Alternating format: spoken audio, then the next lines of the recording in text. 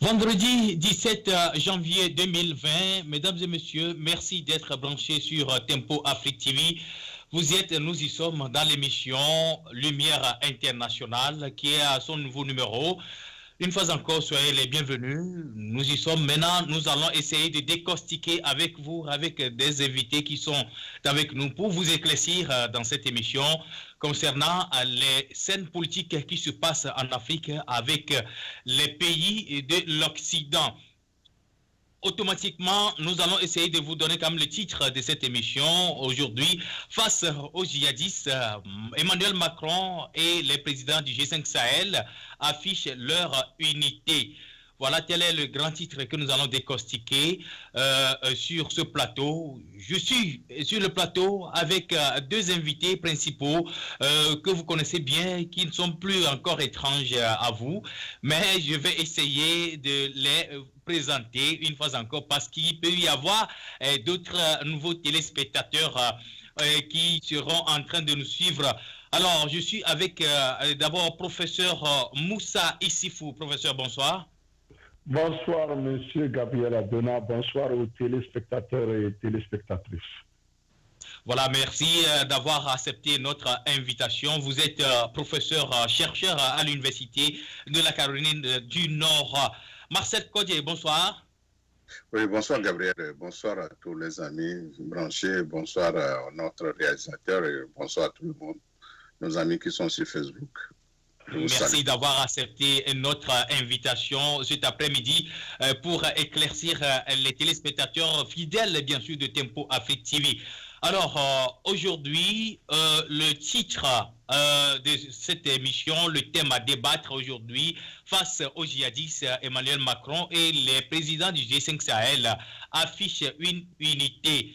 Rapidement, je vais donner quand même l'ossature, ce qui a été déroulé avec ces présidents-là automatiquement réunis en sommet à Pau, dans le sud de la France. Emmanuel Macron et ses pairs du G5 Sahel ont adopté ce lundi une déclaration commune pour renforcer leur coopération militaire et politique contre le groupe djihadiste sahélien. Voilà, la nouvelle saignée subie par l'armée nigérienne n'a pas du tout perturbé l'agenda diplomatique décalé in extremis en mi-décembre en raison de l'attaque de la garnison, voilà, l'inacte qui a coûté la vie à 71 plutôt soldats nigériens le 10 décembre dernier. Emmanuel Macron et ses homologues du G5 Sahel se sont bien retrouvés à Pau ce lundi, le 13 janvier 2020, malgré le massacre de Chinagoda dans l'ouest du Niger, qui a coûté la vie de plus de 80 militaires, 72 heures plus tôt. Voyant ces crimes, le président Emmanuel Macron, le président français bien sûr, et ses autres bien sûr sahéliens ont salué d'abord la mémoire de ces soldats tués dans la lutte contre le groupe djihadiste, mais ils se sont retrouvés et effectués également à afficher leur unité. Voilà, quel est l'objectif bien sûr de cette rencontre? C'est montrer leur détermination commune face à l'hydre djihadiste qui gangrène le Sahel et dissiper maintenant la tension née dans les propos polémiques du président français qui avait demandé au début du mois de décembre aux chefs d'État membres du G5 Sahel de clarifier leur position à l'égard de la France. Sans retour, bien sûr, de cette question, son entourage a déploré le manque de réponse forte, bien sûr, de certains chefs d'État face à la montée du sentiment anti-français qui, au Sahel, bien sûr, a essayé de faire versionner de leur hausse information et de manipulation, bien sûr, qu'on essaie d'adresser à l'égard des chefs d'État du G5 Sahel. Mesdames et messieurs, tel est quand même le développement et le résumé en bref de la rencontre des chefs d'État du G5 Sahel et Emmanuel Macron à Pau au sud de la France. Mais la grande question qui se pose aujourd'hui, que vous inspire bien sûr le comportement de ces chefs d'État africains face aux enjeux du développement de l'Afrique tout entière? Voilà la question qui est posée. Nous allons décortiquer en première partie cette question, le comportement qu'affichent maintenant les chefs d'État à l'égard de la France et également les actions de la France à l'égard de G5 Sahel. Ces deux entités, en deuxième partie, est-ce que leur collaboration va essayer d'éradiquer le fléau de l'insécurité en Afrique? Tel est le menu de cette émission que nous allons vous présenter. Alors, en premier lieu, professeur, nous tournons la version vers vous. Vous avez bien suivi la rencontre du G5 Sahel avec Emmanuel Macron et ce qui a été débattu de l'autre côté. À votre impression, est-ce que le comportement des chefs d'État africains à l'égard de la France pourrait quand même avantager le développement en Afrique? Oui, merci beaucoup.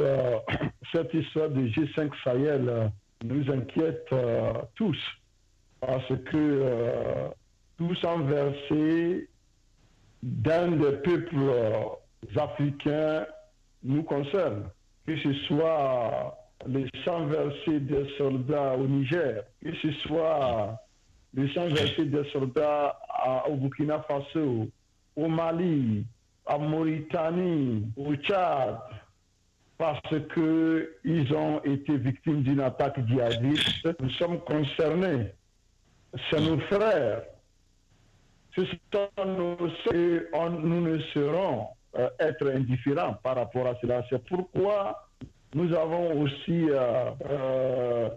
montré une attention particulière lorsque ce sommet-là avait été convoqué. D'abord, nous avons déploré la manière désinvolte avec laquelle Macron a invité ses pères, ses parents africains. Nous avons condamné, n'est-ce pas, cela, comme on a considéré ça comme c'est pas preuve du respect au président africain. Et nous nous sommes aussi rendus compte que finalement les voix s'étaient élevées. En tout cas, nous avons réagi comme il le faut. La rencontre a été repoussée à plusieurs reprises, mais finalement, elle a eu lieu à Pau, elle a eu lieu finalement, comme prévu. Et ce que nous disons, c'est que le terrorisme, ce n'est pas un fléau qui est né comme ça dans le vide. Donc le terrorisme, pour le résoudre, il faut rechercher ses origines. C'est comme le cancer, il faut le traiter comme on traite le cancer. C'est-à-dire qu'au même moment où vous attaquez à la maladie elle-même, il faut aussi aller à ses origines pour essayer de couper, n'est-ce pas, les points de résistance. Sinon, lorsque vous allez le guérir par ici, il va se montrer de l'autre côté. C'est comme ça. Oui, professeur. Se comporte comme du cancer, oui. Oui, professeur, selon vous, quelle est la source maintenant de ce problème qui gangrène l'Afrique sahélienne? Oui, la source du malheur, c'est que, disons, il y a plusieurs sources. Plusieurs sources dont, n'est-ce pas, celle qui est attribuée à la France. Parce que, à partir du moment où la France veut jouer le pyromane et les sapeurs-pompiers, ça ne va pas. Et donc, la France n'est pas totalement innocente et étrangère au fléau du terrorisme.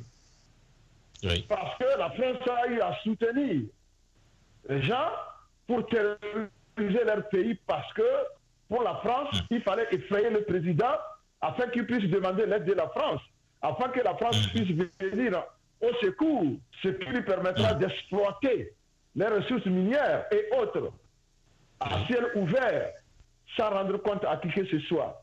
Nos deux exemples les plus patents, ce sont des exemples du Mali et du Niger. Ce n'est pas un hasard si l'uranium du Niger est maintenant gardé par l'armée française.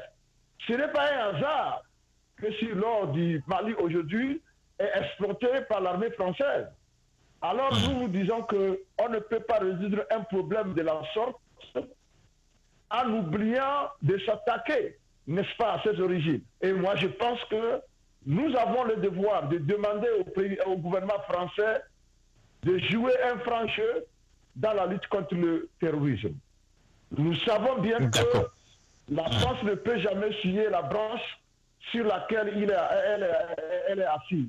C'est-à-dire que les terroristes ayant déjà aussi eu à faire avec la France, dans le sens de leur protection, il sera difficile à la France de chercher à détruire le terrorisme complètement. Le cas du Mali est là. Lorsque l'armée malienne a voulu avancer pour aller vers l'intérieur, la France a placé une zone tampon. Vous ne devez pas dépasser ici parce que récemment nous avons eu des audios sonores où un ancien terroriste converti nous livrait des secrets comme quoi ils étaient dans la ville là. C'est pourquoi la France n'avait pas voulu que l'armée malienne ratisse la ville, puisque la France a déjà promis aux terroristes qu'on va tout faire, mais on ne touchera pas à cette ville. Voilà pourquoi nous sommes inquiets. Voilà pourquoi nous disons que ce qu'ils sont en train de faire n'aura jamais d'effet positif, parce que le traître est toujours là. Comme on le dit, le verre est déjà dans le fruit. Alors, merci professeur. Le décor est déjà planté.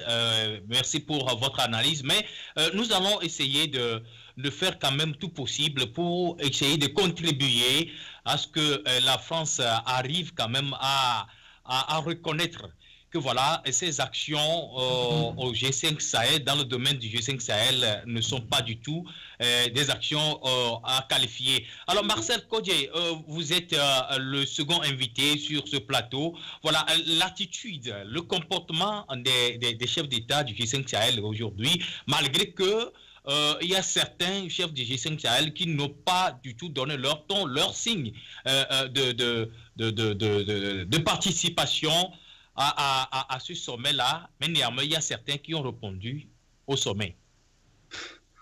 Oui, merci Gabriel. C'est pour dire que c'est nous-mêmes notre incapacité.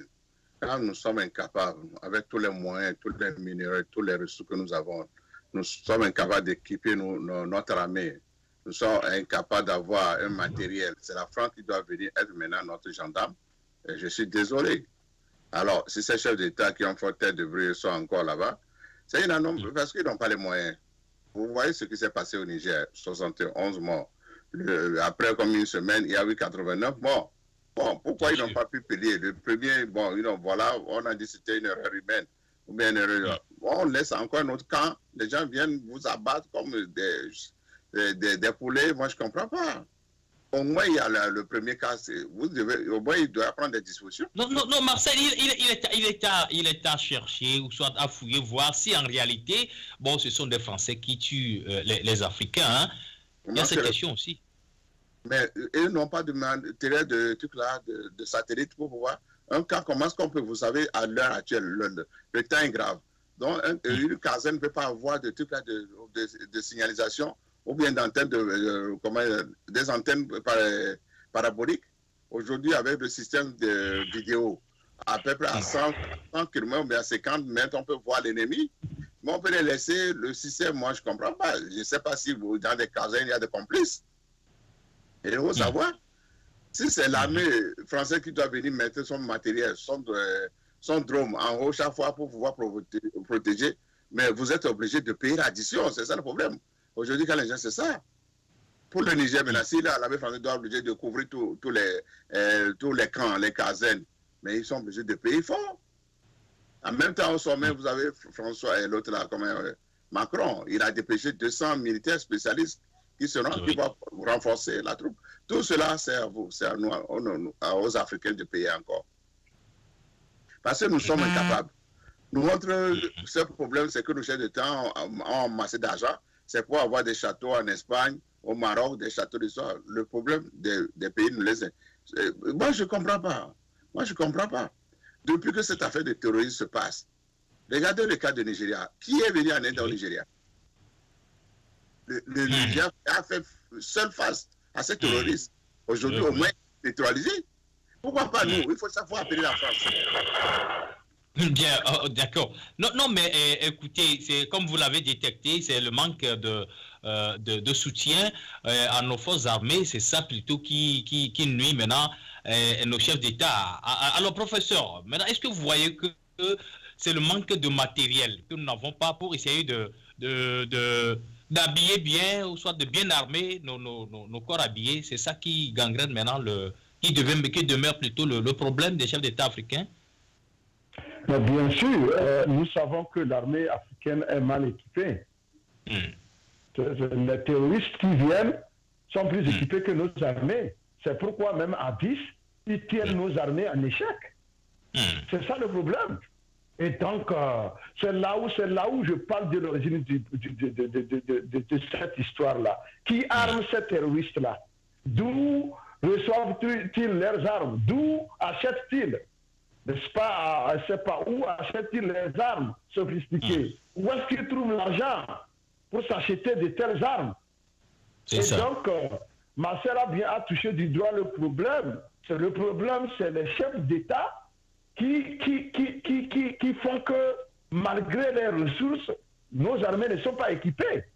Sinon, dire que le Niger exporte l'uranium qui est, c'est pas un minerai plus prisé, qu'on ne puisse pas équiper, ne serait-ce que pour la défense et la sécurité du Niger, cette armée-là, pour qu'elle fasse face aux terroristes. Et c'est le terroriste qui a le dessus à chaque fois qu'il y a un duel entre une armée et... C'est dangereux. Oui, professeur. Oui. Comment faire face à ce danger-là si les forces armées ne sont pas quand même bien garnies, bien sûr, de leur matériel nécessaire? Avant de vous revenir, il y a certains téléspectateurs qui sont déjà connectés sur Facebook. Ils sont des internautes, bien sûr. Il y a Manson Richard qui participe également. Il y a également Nixex Niaglo qui participe également, et le mouvement Océanie qui nous souhaite déjà bonsoir et bonne émission. Merci, chers téléspectateurs, merci, chers internautes. Alors, professeur, revenons maintenant à vous. Maintenant, avant d'en arriver là, si nos forces armées ne sont pas bien habillées, ne sont pas bien dotées de leur matériel nécessaire pour faire face à ce fléau, comment est-ce qu'ils vont pouvoir lutter?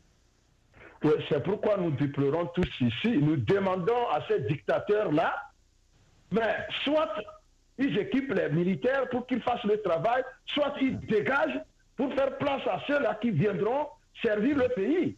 C'est parce qu'aucun enfant de ces dictateurs-là n'est touché, aucune de leurs maisons. C'est pourquoi ils se foutent la gueule des militaires. Des gens qui sont envoyés main nue pour aller combattre des gens qui sont prêts à mourir à n'importe quel prix. Vous pensez qu'ils peuvent tenir? Et aujourd'hui, c'est pourquoi je dis qu'il faut aller à l'origine du problème. Non seulement il faut s'attaquer à ceux-là qui arment, mais qu'est-ce que nous faisons de nos budgets? Il faut voir le budget de l'armée de ce pays-là. Vous allez pleurer. Et normalement, on devrait... En Amérique ici, quand il y a un temps de guerre des choses, c'est le budget militaire qui prime surtout. On ne blague pas avec la sécurité d'un pays.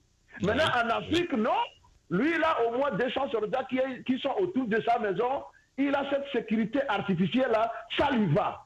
Quant à la sécurité du soldat qui va sur la scène, sur le chemin, le champ de combat, on s'en fout de lui. On lui remet une petite Kalachnikov qui ne peut même pas tirer une souris. On dit va te battre contre un kamikaze. Vous voyez comment ça va se passer comme ça? Moi, je dis que le problème a plusieurs origines. Et la mauvaise foi des chefs d'État qui font que les terroristes ont toujours eu le dessus de nos soldats. Les pauvres soldats qui vont se battre comme ça. Pourquoi? Pourquoi vous n'apprenez pas que l'armée française, on les a attaqués, on a fait ceci, on a fait ça, et on a tué tel? Ils sont mieux équipés que nos choses, donc même s'ils sont 10, ils peuvent tenir tête aux terroristes. Mais l'armée africaine, on vient dans un cas, on les massacre comme des mouches. Ce n'est pas normal. D'ailleurs, tous les pays africains doivent se lever pour dénoncer, n'est-ce pas, cette façon de gouverner nos pays. Nous ne sommes pas des mouches. Les soldats africains ne sont pas des mouches et nous condamnons le fait qu'on puisse les exposer de la sorte. Ce n'est pas sérieux. Vraiment. Bien.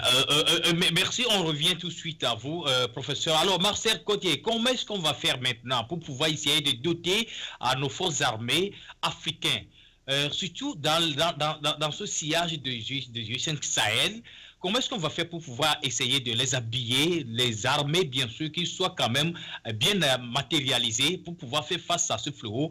Avant de vous donner la parole pour répondre à cette question, il y a Didier Zagbayoum qui participe également. Également, nous avons Auraba qui est en ligne. Il y a Lick, voilà, ils sont en ligne. Il y a Lat Attack qui est aussi en ligne. Il y a Maou Yann qui participe également et d'autres, tant d'autres qui sont en ligne également, qui sont en train de nous suivre. Merci, chers internautes et chers téléspectateurs. Alors, Marcel Kodje, voilà, telle est la question. Comment est-ce qu'on va faire maintenant pour essayer de doter aux forces armées africaines qui soient quand même matérialisées et puissent quand même tenir le devant, faire face à ce fléau d'insécurité?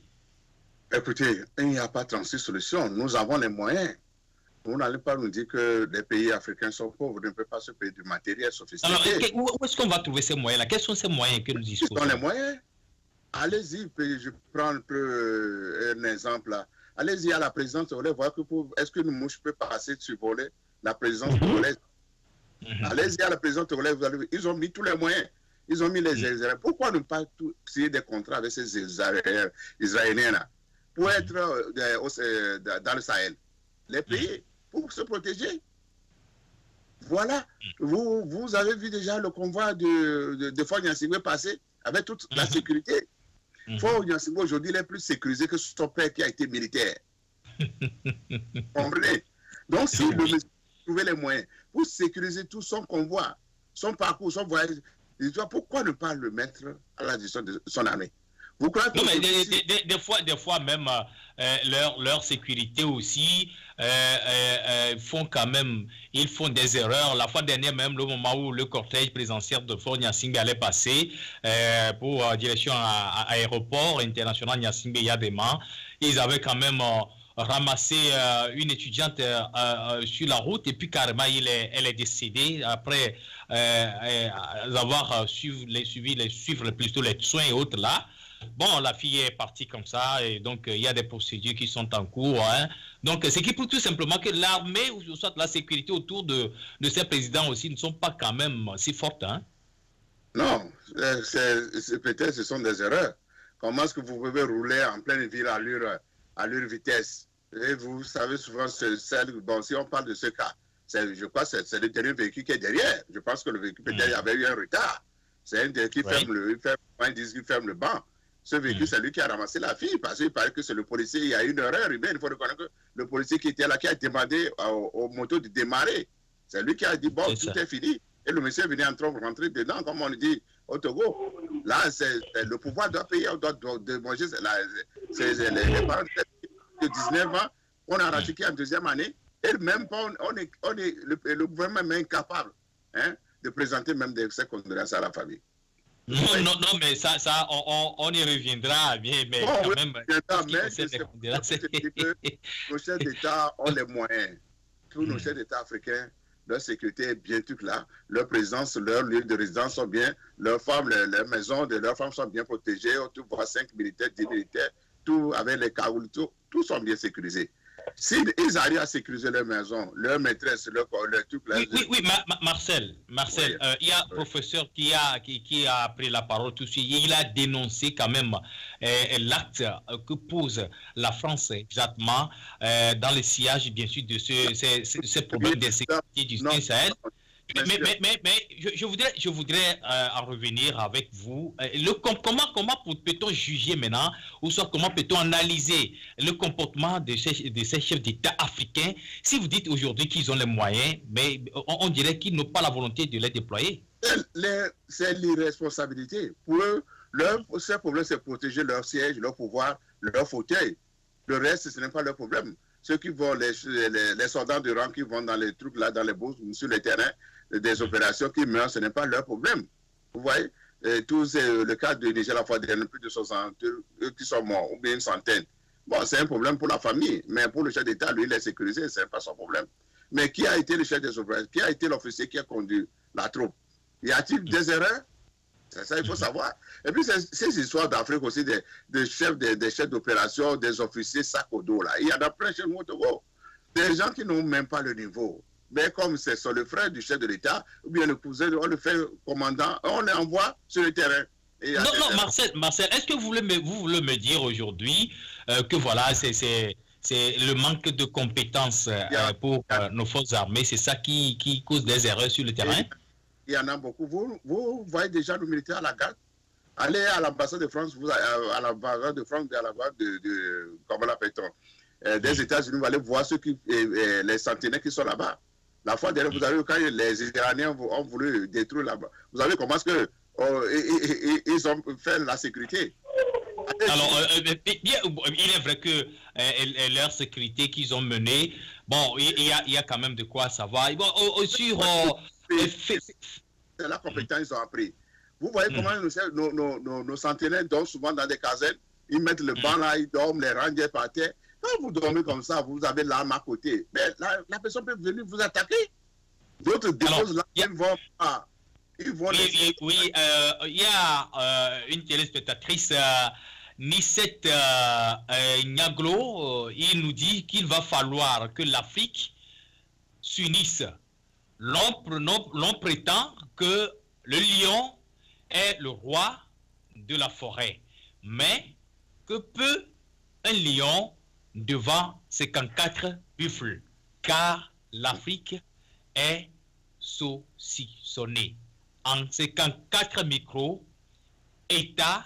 Malgré ça, il faut une union qui fait la force. Voilà, telle est quand même l'impression, soit l'idée, apport de solution pour sortir de crise que Nicette Niaglo nous propose. Alors, professeur, selon vous, d'après l'analyse de cette téléspectatrice, est-ce qu'elle a raison? En réalité, il manque l'unicité pour les Africains?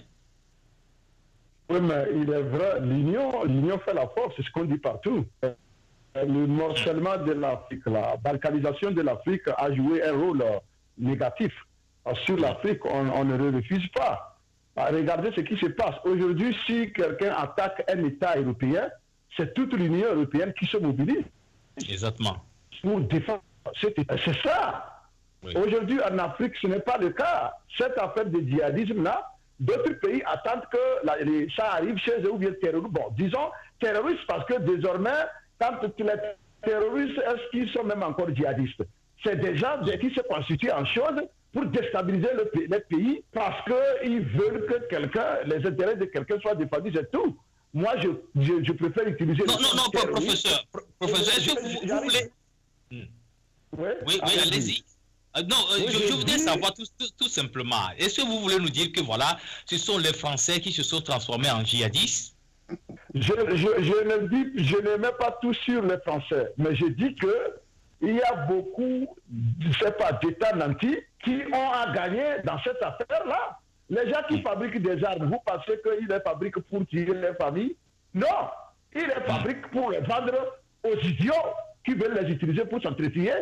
C'est ça. Oui. Donc, il est fort. Donc, je voulais dire que beaucoup d'États africains aujourd'hui attendent que le fléau arrive chez eux avant de commencer par se démerder comme des diables dans l'enfer. Normalement, il faut venir au secours de ces pays voisins-là qui sont en situation. Mais tout le monde est là, il observe. On dit souvent que quand la case de ton voisin brûle, ton travail c'est de lui apporter de l'eau afin que le feu n'arrive pas chez toi. Mais les États africains ne font pas ça. Ils sont là jusqu'à ce que le feu n'arrive chez eux. Sinon, le terrorisme, si on l'attaque globalement, si toute l'Afrique se lève et la dénonce et la combat, et le combat comme il faut, je pense que nous pourrons y parvenir. C'était le Nigeria, les gens étaient là assis, ils ont observé. Après, c'était le Mali, les gens n'ont rien fait. C'était le Burkina, on n'a rien fait. Maintenant, c'est le Niger. Et ça continue. Alors, moi, des fois même, il y a des pays qui ont eu à même abriter ces terroristes-là, où ils devaient partir pour aller s'attaquer aux autres pays. Quand vous prenez le cas de Burkina Faso aujourd'hui, c'est le cas ça. Quand Blaise Compaoré était là, il avait accordé abri à ces voyous-là, bandits de grand chemin, ils attaquaient le Mali et ils venaient se cacher au Burkina.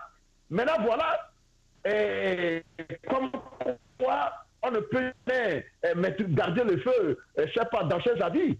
Il va te brûler, quel que soit les cas. Voilà, maintenant, le dictateur est parti, et maintenant, ses protégés se sont retournés contre leur pays qui leur donnait à vivre. Voilà ce qui se passe. Alors, moi je dis que la sœur Maglo a raison, et l'Afrique doit s'unir contre ce fléau. C'est un fléau dangereux, et nous devons nous unir pour faire face à ce fléau qui est de toutes pièces par des gens qui pensent que l'Afrique doit toujours être en train de demander.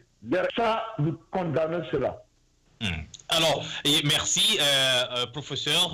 Nous revenons toujours à Zoom, mais il nous reste quelques minutes pour marquer une pause à cette première partie. Mais Manson Richard, qui nous dit que le terrorisme est une affaire lucrative. Voilà, le terrorisme est une affaire lucrative. Tel est quand même l'éclaircissement que Manson Richard nous fait savoir. Oui, ça c'est une réalité. Alors, Marcel Codier, est-ce qu'en réalité, aujourd'hui, il nous faut une unicité? Mais le comportement des chefs d'État de G5 Sahel aujourd'hui, face à Emmanuel Macron, est-ce que l'unicité là serait possible aujourd'hui? Ah, il le faut, parce qu'il ne faut pas livrer chaque fois les soldats comme ça. En fait, populaire, on pourrait dire, chaque fois les laisser dans les trucs là, il faut leur mettre le matériel. L'unicité, oui, il le faut. Il faut qu'ils mettent la main à la poche. Ce n'est pas ces histoires qu'ils font aux Nations Unies, quand on les demande de payer, ils paient à compte-gouttes. S'ils veulent vraiment que le Sahel soit sécurisé, il faut que ces chefs d'État. Parce que si vous voyez des budgets de la défense comme au Togo, c'est un grand truc là, qui met un gros sou là-bas. Mais qu'est-ce qu'ils en font? Admettons que demain, le Togo, peut-être le nord du Togo est attaqué. Est-ce qu'ils vont, on peut le dire, les gens disent, oui, les soldats togolais sont compétents. Bien sûr, ils sont compétents. Ils vont mais quand même, avec le matériel, quand on a tout le matériel sophistiqué, au camp, comment on l'appelle, à la base, ou je ne sais pas, à la galerie française, le bleu va envoyer sur le terrain. Est-ce qu'ils auront les trucs là pour pouvoir vaincre ces terroristes? C'est ça la question. Il faut leur mettre le matériel. Les trucs là, les gens, d'abord, ces militaires qui sont sur le terrain, il faut bien les payer, les satisfaire. Regarde les Togolais qui vont aux Nations Unies, les histoires, au Mali, ils reviennent. Les gars sont bien payés, mais quand on revient, on divise l'argent par 3. Comment vous pouvez dire, demain vous m'envoyez sur un terrain, vous croyez comment j'irai me faire livrer à un terroriste comme ça? Non, Marcel, ça là, est-ce que vous avez une preuve qu'on divise ça par 3? C'est ça le... Tous les militaires qui vont dans les pays reviennent, ils sont mal payés, comparativement aux autres militaires de la sous-région. C'est ça aussi le problème. Il faut les soldats, même je le dis, il faut les donner, il faut les encourager. Quand vous envoyez des gens, ce sont des braves hommes. Ils vont donner leur vie. Il faut les bien il faut les mettre les moyens à leur disposition. C'est ça aussi le problème. S'ils sont mal payés, et ils sont là, et tu te rends compte qu'il y a d'autres officiers qui font des affaires avec le matériel. C'est ça aussi le problème. Qui revendent le matériel, les armes, qui revendent toutes les munitions. Et il y en a au Mali, cette affaire a déclenché. Le Togo était même impliqué dans cette affaire. Plus de 12 militaires étaient impliqués dans cette affaire. Comment vous pouvez prendre du matériel et le vendre aux terroristes? Est-ce que ces terroristes aujourd'hui, c'est ce que nous demandons, les gens disent qu'ils les voient, c'est la France, mais on leur fournit les armes à partir d'où? Est-ce que ce ne sont pas les gens là, dans les camps? Il a fallu en tant que le Mali avait chassé tous ces officiers-là, parce qu'il parlait, ils étaient en connivence avec ces terroristes-là, ils revendaient le matériel de munitions. Voilà le problème. Est-ce que ce n'est pas le même cas de figure au Burkina Faso et dans les autres au Niger? Est-ce qu'il faut revoir? Il faut les former. Donc maintenant, c'est le petit Macron qui vous réunit, qui envoie maintenant 200 militaires. Non, Macron n'est pas petit, il est chef d'État aussi. Hein? Bon, il faut d'après tout, il est chef d'État. Quand il a parlé de l'écho, vous l'avez traité de petit. Bon, aujourd'hui, quand il vous donne... Bon, j'en ai parlé. Bon, de toute façon, Macron, le chef d'État, et qui envoie ces 200 militaires, vous croyez que ce n'est pas du cadeau, hein? Ce qu'il envoie, ce n'est pas du cadeau, c'est nous les Africains. C'est le Sahel, les pays, c'est eux qui doivent payer. Vous voyez encore. On va revenir sur ce point dans la deuxième partie, bien sûr, de cette émission. Mesdames et messieurs, nous sommes pratiquement à la fin de la première partie. Nous allons marquer une petite pause publicitaire et nous y reviendrons. Salut à tous, chers téléspectateurs. Suivez les élections présidentielles 2020 au Togo à partir du 18 janvier au 23 février avec la participation effective des analystes politiques de la diaspora africaine et les journalistes de Tempo Afrique TV.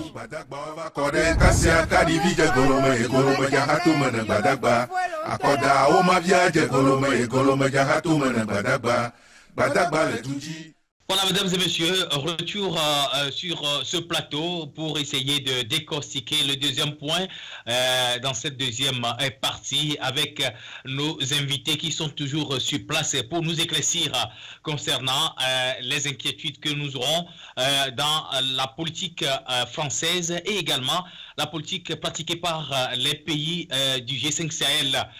Voilà, dans cette deuxième partie, nous allons essayer de décortiquer un peu face à l'objectif fixé par la France et le G5 Sahel. L'union des deux entités pourrait-elle donner quand même un effet pour pallier un peu le fléau d'insécurité dans la sous-région? Telle est la question à laquelle on va répondre tout de suite avec nos deux invités. Marcel Codier est avec nous sur le plateau. Je vous rappelle qu'il est un membre, bien sûr, de l'Amnesty International, activiste de profession. Il réside en direct en Irlande. Il est en direct depuis Irlande et également professeur Moussa Issifou, professeur à l'Université de la Caroline, chercheur de profession. Il est en direct avec nous sur ce plateau. Donc, mesdames et messieurs, les deux vont essayer de nous entretenir dans cette deuxième partie pour ce qui concerne l'inquiétude que nous aurons concernant l'insécurité en Afrique et surtout dans le domaine du G5 Sahel. Voilà l'objectif. On revient maintenant à professeur Moussa.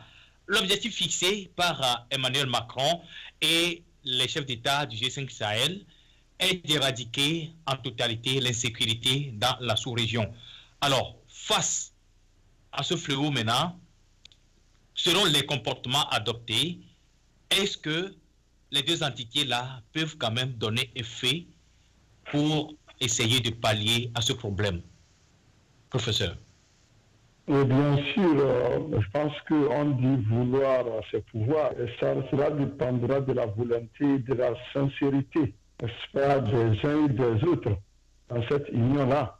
Si cette union repose sur des bases sincères, si cette union repose sur, c'est pas la volonté bien assez définie de chacune des parties, je pense que les moyens seront mis à la disposition de ceux-là qui doivent affronter les terroristes. Et par conséquent, je pense que ça pourra avoir des effets positifs.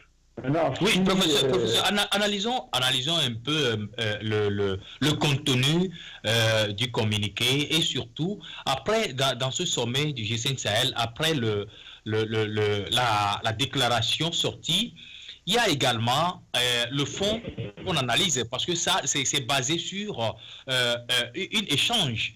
C'est gagnant-gagnant pour la sécurité du G5 Sahel. C'est gagnant-gagnant. Alors, est-ce que s'il arrive que les pays du G5 Sahel n'arrivent pas à respecter le contrat signé, c'est-à-dire pouvoir verser le tarif par an qu'ils versent pour pouvoir essayer de renforcer la sécurité, est-ce que ce serait possible? Mais bien sûr que non. S'ils acceptent d'être liés par un contrat et qu'ils n'arrivent pas, à honorer ce contrat-là, les termes du contrat seront, et donc cette revue des termes du contrat signifiera que le service qui est rendu et qui est basé sur ce contrat-là ne peut plus être rendu comme il le faut. C'est là où il faut voir, c'est pourquoi il faut que dès le départ, les termes du contrat soient clairs. Dès le départ, il faudrait qu'avec sincérité, cela soit défini, afin que le contrat soit respecté et par les deux parties. Et ça, c'est très important. Il ne faudrait pas que ce contrat soit utilisé comme, je ne sais pas, en anglais nous parlons de blackmail, et comme, disons, une menace. pour amener tel chef d'État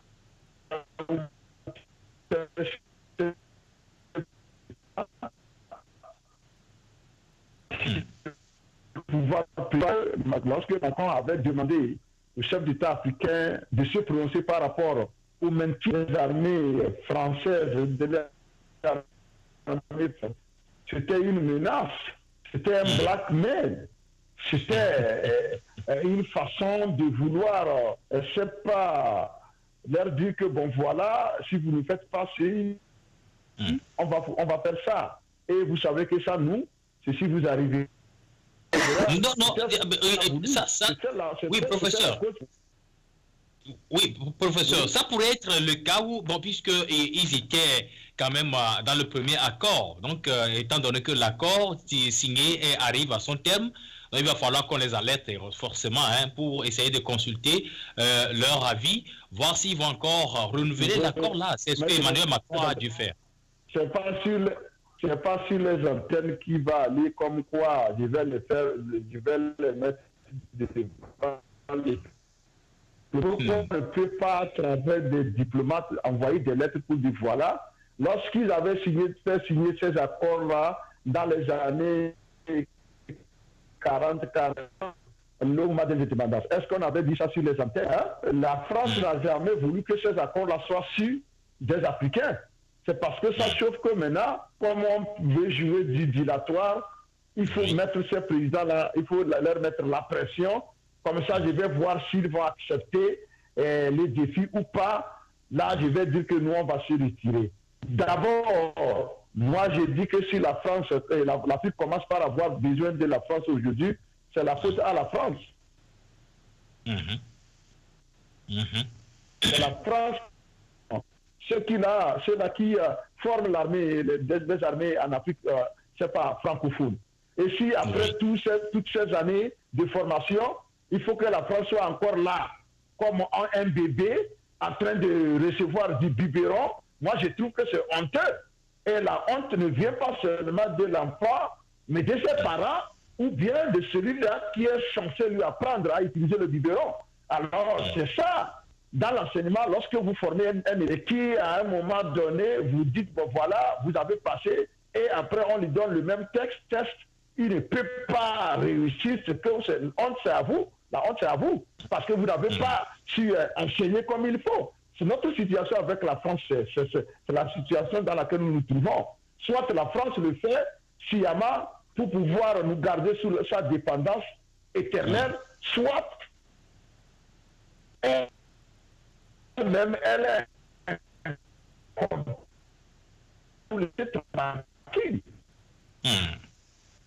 alors, les accords seront bon, on verra si chacun va jouer pleinement son rôle. Exactement. Donc, oui, merci. Marcel Codé, voilà, l'Afrique, le G5 Sahel aujourd'hui, malgré tout quoi qu'on dise aujourd'hui, il y avait eu des contrats entre la France et les pays du G5 Sahel. Mais néanmoins, ces accords signés dans le temps passé n'ont pas quand même pu éradiquer plutôt l'insécurité, et surtout l'insécurité demeure aujourd'hui. Avant de vous donner la parole, il y a Nyawa Diopo, voilà, qui nous dit qu'il ne faut pas se cacher la vérité. La France, ou bien la vérité, face de ces deux entités aux commandes, le G5 Sahel et les vrais djihadistes, qui est la France au Macron. Voilà, il a dit la richesse du Sahel attire la France, et actuellement, que le G5 le veuille ou pas, la France primera la force pour s'approprier le Sahel. Telle est quand même l'analyse que Serge Nyawa a essayé de dégager. Alors, Marcel Codien, voilà l'analyse également de Serge Nyawa, qui dit que voilà, il va falloir que la France aimerait s'approprier du territoire du G5 Sahel. Ça, c'est un. Aujourd'hui, l'insécurité dont on parle dans la sous-région demeure toujours. Mais la France ne fait que renouveler le contrat avec les pays du G5 Sahel, surtout pour essayer d'éradiquer l'insécurité. Mais l'insécurité qu'on aimerait éviter existe toujours, mais le contrat est toujours renouvelé. Quelles sont vos impressions? Mais pourquoi vous cherchez jusqu'à... La France vous vend du matériel et vous vend sa compétence. Donc vous devez signer un contrat. Tous ces militaires qu'il a envoyés là-bas, là, ils sont payés. Le matériel qu'ils utilisent matin, midi, soir, tous les drones qu'ils utilisent matin, midi, soir, sophistiqués là, c'est de l'argent. Donc vous devez signer des contrats avec eux. Quand vous-même, c'est ce que on avait dit au préalable, quand vous-même, vos chefs d'État sont incapables de payer le matériel, des délicats d'armes aujourd'hui qu'on a les armes, même les moyens de communication, ils n'en ont pas, c'est ça le problème. Quand aujourd'hui encore on voit des policiers qui se communiquent avec par portable et par SMS, c'est impossible. Quand vous êtes attaqué, il faut mettre du matériel sophistiqué aujourd'hui. Oui, de ce côté, Marcel, semblerait-il que vous aurez raison parce qu'il y a Babaka, Babaka, Nkrumah, qui nous dit que voilà, la France est derrière les attaques en Afrique par satellite. Voilà, donc carrément, il rejoint votre idée. Hein? Oui, ben c'est vrai que c'est notre incompétence qui fait que la France est derrière ces histoires. D'abord, moi, j'aurais voulu que... On nous dit aujourd'hui que les armes, que les djihadistes ils vont s'approvisionner en Libye. Mais pourquoi ne pas finir la guerre de Libye là? Actuellement, quand il y a deux camps qui s'opposent, il y a le général et l'autre là, il y a plein de miliciens qui sont là. Si tous ces miliciens ont les armes et vont revendre les armes. Voilà le problème que la Libye a. Ou bien il y a d'autres là-bas qui sont des revendeurs, des fournisseurs d'armes. Quand les armes viennent, je me demande tous les armes que la Turquie va encore envoyer. Est-ce qu'on ne va pas les voir encore dans les mains de ces djihadistes-là? C'est ça aussi, il faut chercher à savoir pourquoi la Turquie est pressée à aller en Libye. Est-ce qu'ils ne voient pas qu'il y a des affaires là-bas? Ils n'arrivent plus encore à vendre les armes parce que la guerre en Syrie, les histoires est finie. Est-ce que ce n'est pas une autre manière de vendre encore les armes? Mais il faut que... Alors, donc vous voulez dire, Marcel, donc vous voulez dire tout simplement...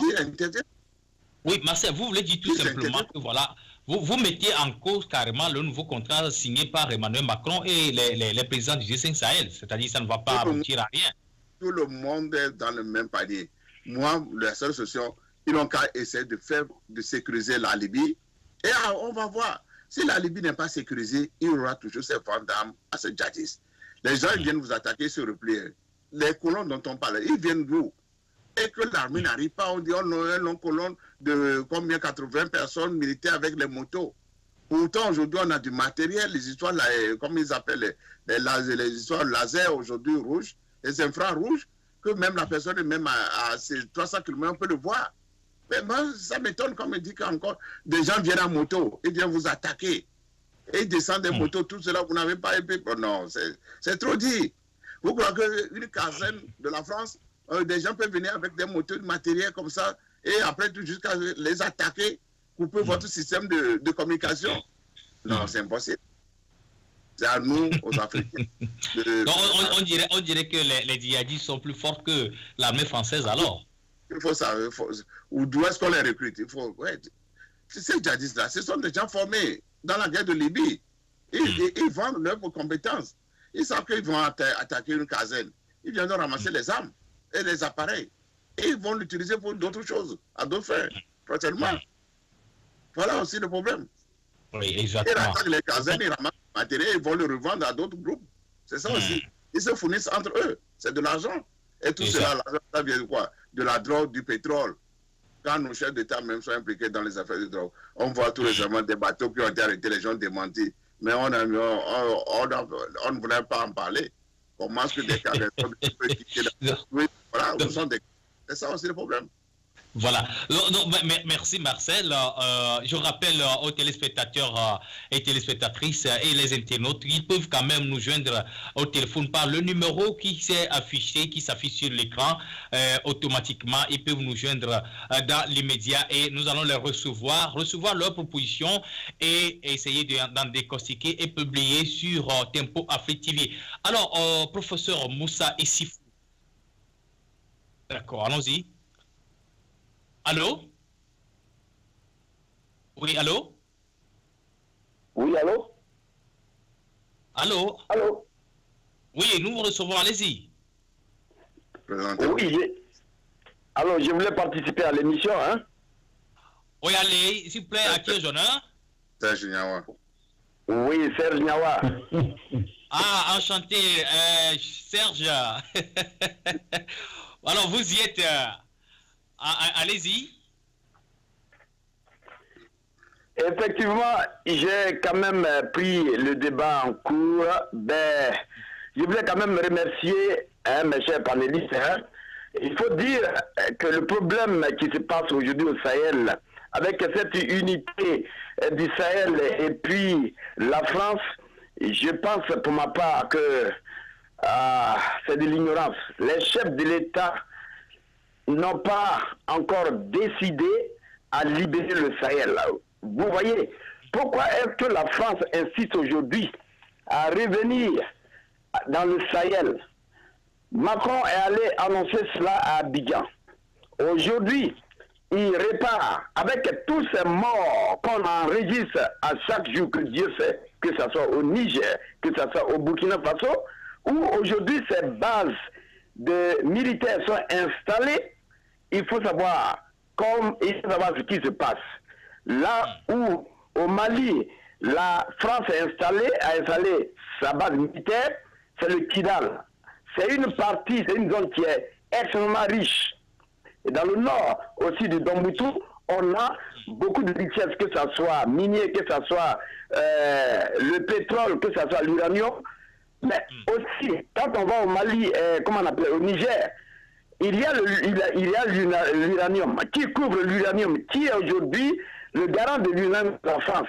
Donc la France, quoi que le G5 fasse, ils ne pourront jamais arriver à pousser la France ou bien à ne pas re-signer encore les accords qui ont été mis en place. Toujours est-il que alors, la Serge, France... Oui. Alors, Serge, selon vous, est-ce que vous aimeriez conseiller au pays du G5 Sahel de renoncer à ce contrat? Ils doivent renoncer à ce contrat. Ils ne sont pas obligés de signer ces contrats. Nous avons appris que ces chefs d'État sont allés en URSS, en Russie, en Russie. Chacun a posé ses problèmes à Vladimir Poutine pour dire que voilà ce qui se passe. Et Vladimir Poutine avait déjà envoyé un groupe au Mali pour essayer de faire la différence. C'est pourquoi la France est en train de courir. Donc les chefs d'État doivent renoncer à ces accords et revoir encore avec un autre contrepoids avec lequel ils doivent signer un accord. C'est-à-dire que cet accord ne doit pas quand même primer pour cette grande puissance. Il faut dire que si nous ne sommes pas d'accord, nous nous retirons de ces accords. Mais aujourd'hui, avec la France, ce sont des accords qui ont été signés. Quand on prend le Mali ou bien le Burkina Faso pour 75 ans, comment on peut signer un accord de 75 ans? 75 ans, c'est pourquoi faire? Et ces chefs d'État encore, est-ce qu'ils ont peur? Est-ce qu'ils ont été mis là par la population burkinabé, bien par le Sahel, ou bien par Macron? Ça nous dit aujourd'hui qu'ils ont été mis là par la France. Donc voilà ce qu'ils produisent aux yeux de la population. Alors que cette population continue d'être tuée. D'accord, donc là, on comprend déjà votre position, mais restez en ligne, nous reviendrons carrément sur votre idée. Il reste certaines questions à vous poser concernant votre proposition. Il y a Babacar qui nous dit que voilà, la jeunesse sénégalaise est derrière Ousmane Sonko, le vrai panafricain. Peut-être qu'il aimerait, Ousmane Sonko aimerait quand même éradiquer le domaine du G5 Sahel, l'insécurité. Alors, professeur Issifou, vous venez d'écouter le téléspectateur Serge Nyawa. Il est habitué à la maison de Tempo Afrique TV. Voilà, quelle est votre appréciation concernant? Il demande à ce que les pays du G5 Sahel renoncent à ce nouveau contrat signé par ses présidents avec Emmanuel Macron. Non, bon, la situation n'est pas si simple. Et pendant que nous y sommes, il ne faut pas, peut-être prendre votre chien pour acheter un singe. Notre situation, Poutine n'est pas un exemple à suivre. Vous connaissez ma position par rapport à l'implication de Poutine en Afrique. Il n'est pas un exemple à suivre. Donc, disons, mais on sait que face à une maladie terrifiante, on accepte n'importe quel remède, et même des plus invraisemblables.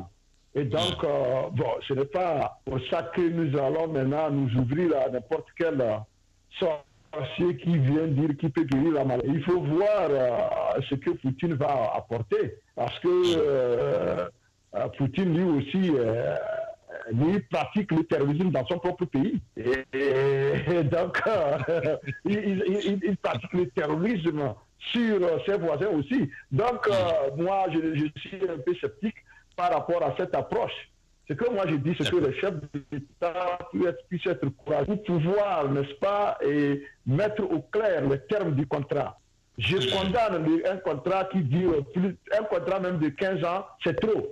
Il faut qu'il signe des contrats de court terme, 5 ans, renouvelables si possible. Mais un contrat de 75 années, c'est ce qu'on appelle de l'hypothèque. Ce n'est plus un contrat. C'est-à-dire que vous êtes en position de faiblesse parce que, et d'ailleurs, ce sont ces contrats-là qui ont fabriqué des dinosaures présidents en Afrique qui ne peuvent pas quitter le pouvoir parce que ils se présentent comme les seuls garants de ces contrats-là. Et donc, pendant ce temps, de l'autre côté, les présidents changent, mais la politique ne change pas. Puisque, c'est ça. C'est là le problème de l'Atlantique, on a le même dinosaure qui est en train de dire que bon, 6 mois, cela doit cesser et je pense que si l'Afrique se met ensemble, si tous les pays africains se mettaient ensemble, nous allons pouvoir nous défendre avec les moyens dont nous disposons parce qu'il y en a parmi nous. Le Nigeria peut diriger toute l'Afrique. Le Nigeria peut prendre le devant. L'Afrique du Sud peut prendre le devant. Nous avons des pays quand même à même d'être les porte-flambeaux ou bien d'être à l'avant-garde, n'est-ce pas, de cette lutte-là contre le terrorisme. Mais bon, on préfère aller chercher le blanc parce que lui est blanc, peut-être que c'est plus facile. Non, je dis non. Et donc, nous sommes en face d'une situation, on dit, nous avons la rivière sous nos pieds, vivons de cette eau-là dans laquelle nous baignons. Au lieu de chercher à quitter notre eau et aller maintenant chercher une eau rare ailleurs. Et pour moi, au lieu d'aller chercher d'autres sauveurs, il va falloir compter sur nous-mêmes. Parce que lorsque vous êtes assis sur la chaise de votre voisin, il faut savoir si vous êtes assis par terre. Merci, professeur. Alors là, vous rejoignez en quelque part l'idée de Serge Nyawa. Oui, Serge Nyawa, vous êtes toujours en ligne? Oui, M. Gabriel, je suis en ligne. Je comprends le professeur Youssoufou. Vous savez, aujourd'hui, quand vous prenez les États-Unis, la France était dans ces mêmes problèmes. Et les États-Unis sont venus à secourir la France. Il y avait le système nazi qui a été mis en place par l'Allemagne. La France ne peut pas se retirer. Il a fallu que les États-Unis viennent secourir la France. Aujourd'hui, la France, elle est libre de toutes ses actions. Pourquoi est-ce qu'on ne serait pas de la même sorte pour un autre contrepoids? Et quand on finit, on peut dire maintenant que nous sommes libres, on peut pêcher nous-mêmes le poisson, donc on ne peut plus maintenant être avec vous. Quand on prend, comment on appelle, Vladimir Poutine, sinon la Russie ne vient pas réellement pour faire ce que la France a fait. Avec la Russie, nous allons construire beaucoup de bases, que ce soit technique, que ce soit militaire, que ce soit, comment on appelle, ce qui peut mettre l'Afrique à l'abri de tous. Mais eux, ils peuvent être là comme des observateurs, mais ils ne peuvent pas nous obliger à faire quoi que ce soit. Nous avons vu cela avec la France. Donc je demande au professeur Youssoufou, je sais qu'il a sa position, mais je ne dirais pas que la Russie vient pour rester pour 75 ans, comme l'a fait la France. C'est une honte pour chose, comment on appelle, la France. Pourquoi 75 ans? Est-ce que les Africains étaient quand même aveuglés pour aller re-signer encore un contrat de 75 ans? C'est de là qu'il s'agit. Ça, c'est vrai. Alors là, ça c'est une bonne position d'analyse parce que ce ne sont pas quand même les Africains qui seront toujours mendiants derrière les Européens. Ça, c'est une vraie réalité. Alors, Marcel Codier, vous venez d'écouter l'analyse de Serge Gnawa et également professeur Moussa concernant la renonciation, bien sûr, de ce contrat des pays du G5 Sahel. Qu'en dites-vous? Écoutez, ce n'est pas moi un problème de contrat. Contrat, ça c'est un problème de papier. C'est la compétence sur le terrain d'action. Est-ce que nos militaires ont les moyens, ont la compétence de faire un combat de 2 heures de temps avec des djihadistes et les vaincre? C'est ça le problème. Non, professeur a donné quand même un exemple que déjà le Nigeria seul peut suffire pour essayer de... C'est un pays anglophone. Il a fait aujourd'hui avec les Israël Boko Haram, ça n'est plus trop comme avant. Il a fait. Mais vous, quand on va mettre de l'argent là, est-ce que vous allez payer le matériel à ces militaires? Est-ce que vous allez mettre les moyens à ces militaires dans le Sahel? C'est ça le problème. Macron, lui, ne vend que sa compétence, son truc là, son savoir-faire de son armée.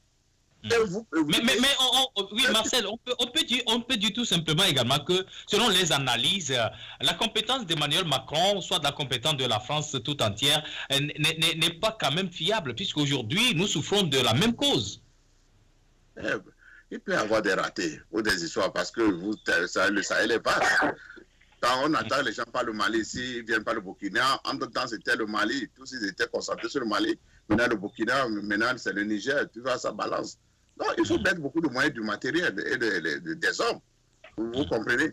Mais est-ce que nous, les chefs d'État de la G5 ou bien de trucs là, africains, là, qui ont des problèmes de Sahéliens, est-ce que nous avons les moyens? C'est ça, il faut mettre les compétences, c'est ce que moi je dis.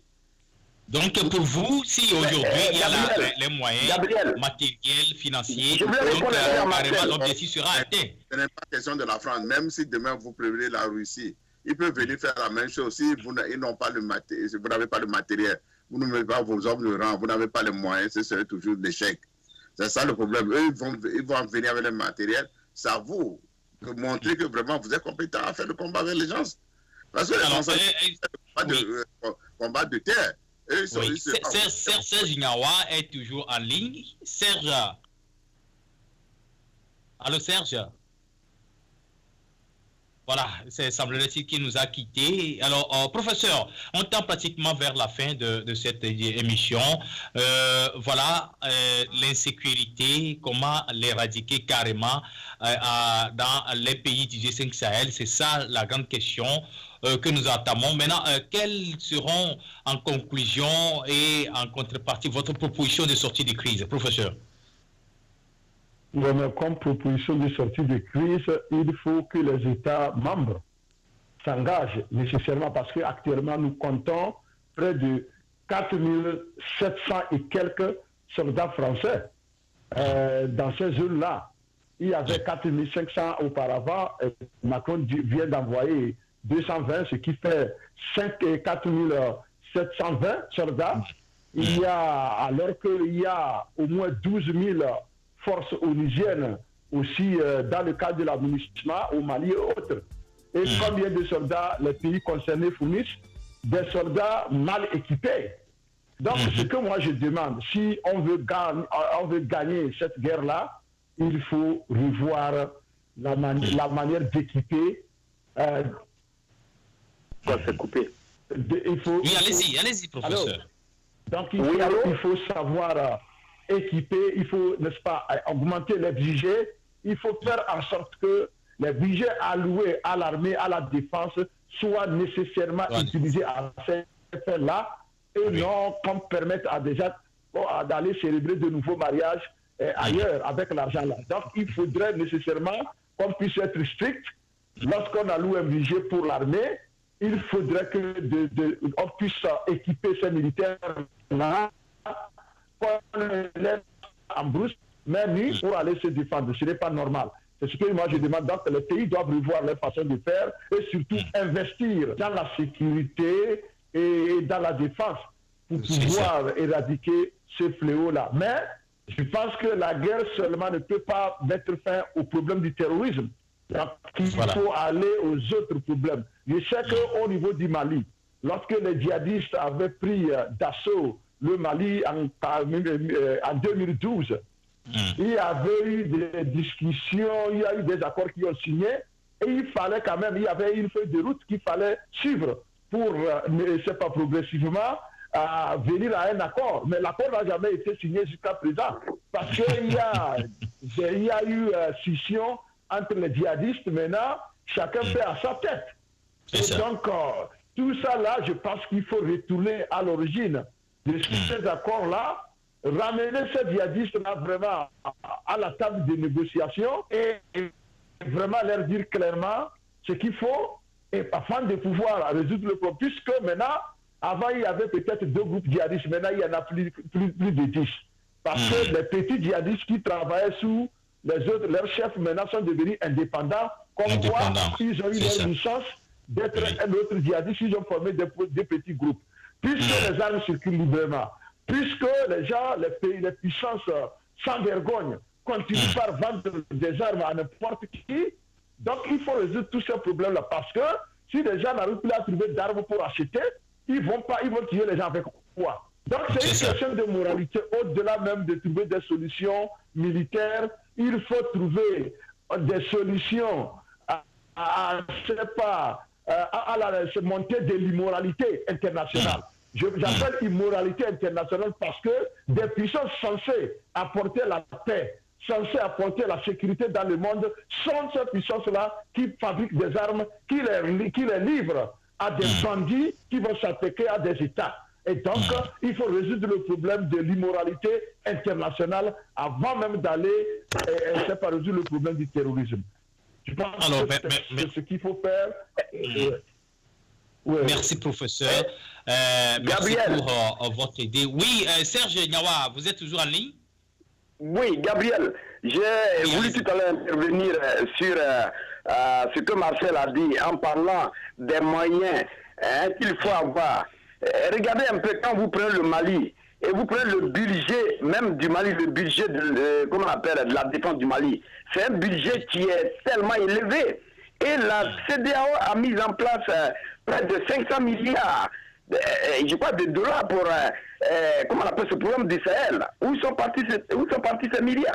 Ça veut dire que si nous ne voulons pas que les autres interviennent, comme l'a dit le professeur, cette Afrique-là est libre de mettre en place des moyens, en tout cas vraiment colossaux, pour pouvoir lutter contre le djihadisme. Parce que si ça part, c'est des frontières, hein. Ça quitte aujourd'hui le Burkina Faso, ça rentre en Côte d'Ivoire, ou bien ça rentre au Togo. Regardez un peu le Togo qui est en train de décimer dans la zone de Sokodé, où on traite aujourd'hui les cotocolis de djihadistes. On prend que, voilà, ils portent seulement le nom de cotocoli. Donc on les traite de djihadistes.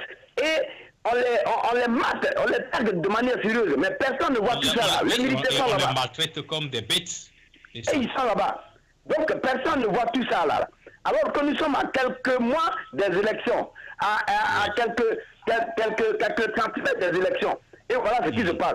Ce même premier djihadiste là, c'est ce qu'on prend dans un coin où il y a eu liberté. Qu'est-ce qu'on cherche?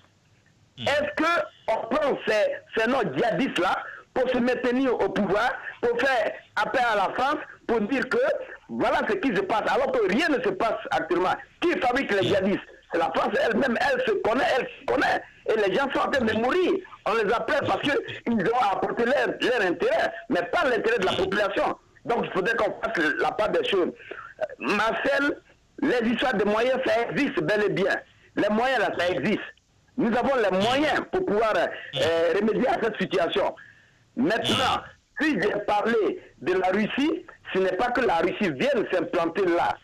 Il faut quand même acquérir une certaine technicité au niveau de deux personnes. Quand on finit d'apprendre, vous finissez de m'apprendre à pêcher. Vous n'allez pas continuer de continuer à m'apprendre à pêcher. Je vous dis de me laisser. Je vais pêcher moi-même. C'est ce que le G5 doit faire. C'est ce que le reste de l'Afrique, le continent africain doit faire. Pour que on puisse maintenant rester loin de ces forces. Et maintenant, l'Afrique elle-même, qui est un continent qui devait représenter, qui devait avoir une représentation au niveau du Conseil de sécurité, et cette représentation, on parle de l'Union africaine. Mais où est l'Union africaine? L'Union africaine suffisait pour ne pas qu'on dise que l'Afrique, là, on doit mettre peut-être un pays dans le Conseil de sécurité. Je ne pense pas qu'on puisse continuer de cette sorte. Amis africains, assoyons-nous et discutons. La diaspora aussi peut vraiment réussir aussi ce fait-là. Alors, merci Serge, mais pour ce qui concerne l'Union africaine, certainement qu'on attend à adopter des projets pour pouvoir intégrer l'un des pays africains dans le Conseil de sécurité permanent. Alors, Marcel Kodje, voilà, on est pratiquement arrivé à la fin de cette émission.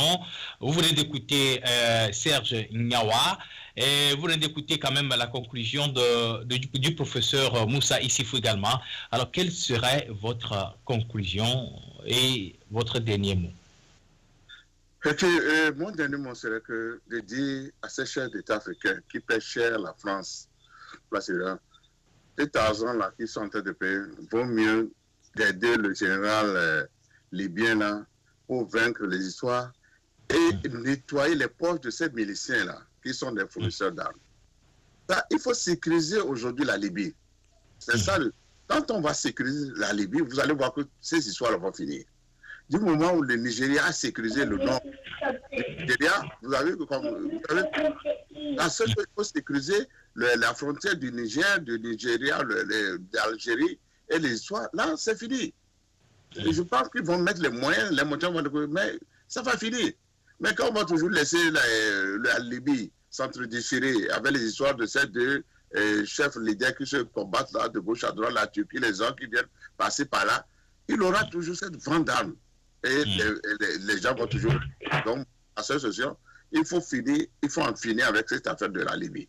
Là, je pense que le Sahel aura une solution. Merci. Merci Marcel Kodje.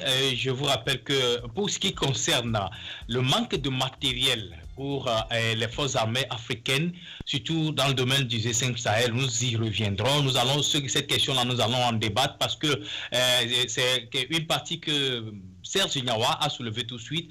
Dans les budgets de ces pays-là, on essaie d'allouer au moins des millions aux forces armées pour essayer de se doter des matériels. Mais à fin de compte, on ne sait pas là où ces milliards s'évadent.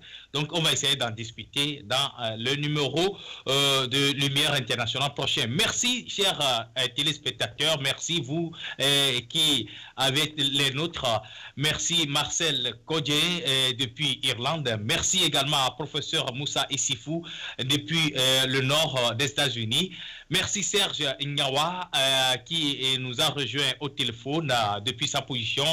Merci tous les téléspectateurs, les panélistes, les internautes qui ont participé, dont je ne peux pas citer tous les noms sur ce plateau maintenant. Merci à vous tous. Merci d'être les nôtres. Ne cessez pas quand même de suivre le programme de Tempo Afrique TV. Et je vous rappelle que déjà à partir de demain, nous allons essayer d'aménager les efforts pour ce qui concerne la couverture des campagnes présidentielles, bien sûr, au Togo. Vous n'êtes pas sans savoir que le Togo va aux élections le 22 février prochain. Donc à partir du 18 février prochain, 18 janvier prochain jusqu'au 22 février, nous allons essayer de vous entretenir concernant les campagnes des élections 2020 au Togo. Tous les projets des candidats qui seront défilés comme centre d'attraction, nous allons essayer de les décortiquer sur Tempo Afrique TV avec vous. Alors, professeur Moussa Issifou, merci et bye bye sur ce plateau. Merci beaucoup. Merci Marcel Kodje. Alors, on vous dit au revoir sur ce plateau. On se revoit la semaine prochaine. Merci. À la prochaine fois.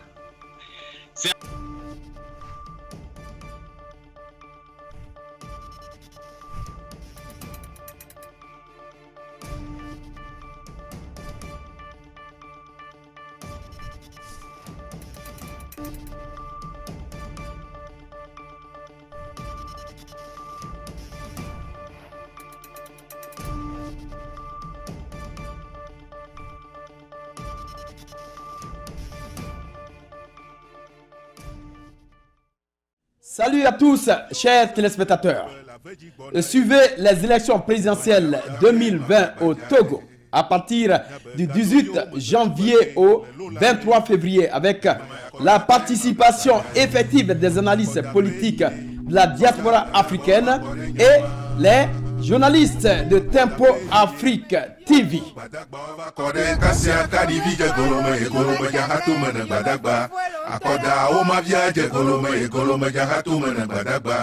Badagba le tunji